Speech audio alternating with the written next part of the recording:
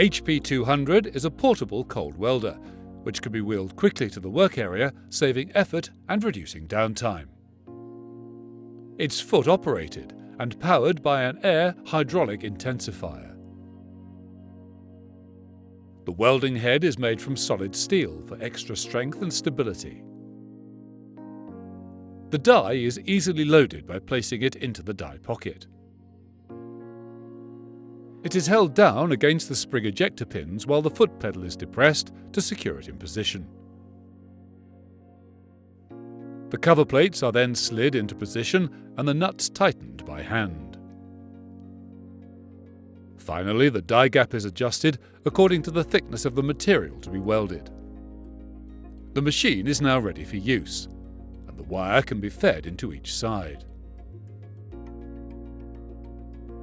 The welding operation is controlled by the foot pedal. Each depression causes the wire to be gripped and fed forward, pushing the ends together. The surface impurities are squeezed outwards from the core, forming a flash or burr. It takes about 4 compressions to make a weld. The welded wire is manually released from the clamps and the flash removed by hand. The resulting weld is reliable, permanent, and stronger than the parent material.